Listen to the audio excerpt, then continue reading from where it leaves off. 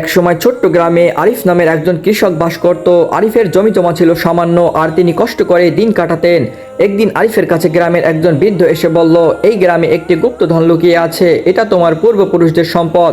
যদি তুমি তোমার বাগানের মাটি খুঁড়তে শুরু করো তবে তুমি সেটা খুঁজে পাবে।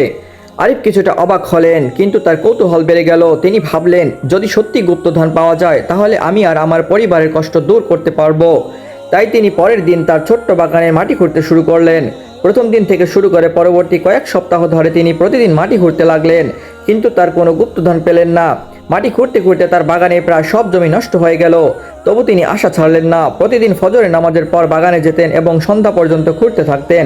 কয়েক মাস পরে একদিন আরিফের এক প্রতিবেশী এসে বললেন, তোমার বাগানের মাটি তো অনেক নরম হয়ে গেছে, তুমি এখন সেখানে কিছু ফলের গাছ লাগালে ভালো হবে। আরিফ ভাবলেন, যদি গুপ্তধন নাও পাই অন্তত কিছু ফলের গাছ লাগিয়ে পরিবারকে সাহায্য করতে পারি। তিনি কয়েকটি আম, কাঁঠাল ও লেবু গাছ লাগালেন এবং সেগুলোর যত্ন নেওয়া শুরু করলেন। বছরের শেষে তার বাগানটি ফুলে ফলে ভরে উঠল। চারপাশে ছড়িয়ে পড়ল মিষ্টি ফলের ঘ্রাণ।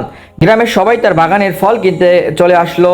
অল্প দিনের মধ্যে আরিফের আর্থিক অবস্থা উন্নতি হতে শুরু করলো। বছরের শেষে বৃদ্ধ আবার আরিফের কাছে ফিরে এলেন এবং মুচকি হেসে বললেন, আরিফ, বলো তো তোমার গুপ্তধন খুঁজে পেয়েছো?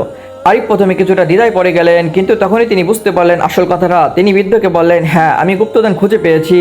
এটা মাটির নিচে ছিল না, বরং আমার পরিশ্রম, ধৈর্য আর বিশ্বাসের মধ্যেই ছিল।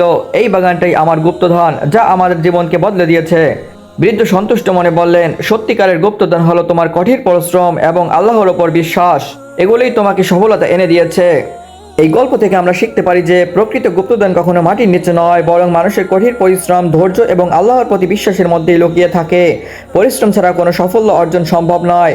যখন আমরা আল্লাহর ওপর ভরসা করে চেষ্টা করি, তখন তিনি আমাদের প্রচেষ্টাকে সফল করে দেন।